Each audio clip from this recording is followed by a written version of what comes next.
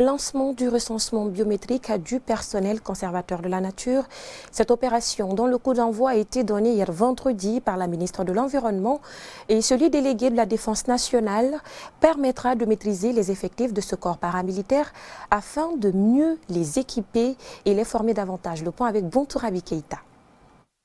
C'est à la Direction générale des conservateurs de la nature que cette opération a été lancée. Et c'est le directeur général qui a été le tout premier à être enrôlé ici à Conakry avant que l'opération ne démarre le 12 juin prochain sur l'ensemble du territoire national. Ce recensement biométrique des conservateurs de la nature va permettre à la Direction générale des conservateurs de maîtriser le mouvement du personnel et suivre le plan de carrière.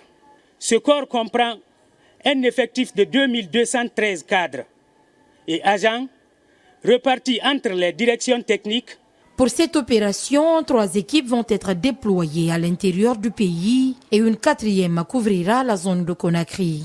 Selon le directeur des ressources humaines du département de l'environnement et du développement durable, ce recensement n'entache en rien celui effectué au compte de la fonction publique. Le recensement d'aujourd'hui pour les conservateurs, c'est un recensement spécifique au corps des conservateurs, alors que le recensement biométrique lancé par la fonction publique concerne tous les fonctionnaires, y compris ces conservateurs qui sont paramilitaires.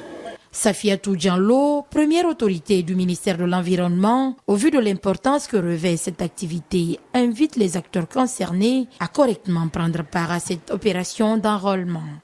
Ce recensement biométrique, qui permettra d'identifier et localiser l'ensemble des conservateurs de la nature, est un préalable et une vaste réforme du secteur de la conservation visant à redéployer les agents dans les aires protégées et autres. Je voudrais encore une fois de plus remercier l'appui du ministère de la Défense nationale qui nous permettra d'avancer et de clore rapidement ce recensement biométrique des conservateurs de la nature. Je demande donc aux conservateurs de participer correctement au programme de FUGAS. Face aux répercussions de l'action anthropique sur l'environnement à travers notamment la déforestation, le renforcement de la surveillance demeure une solution indéniable pour la préservation de la faune et de la flore. Pour ce faire, chercher à connaître le nombre d'agents engagés dans cette lutte s'impose comme une nécessité.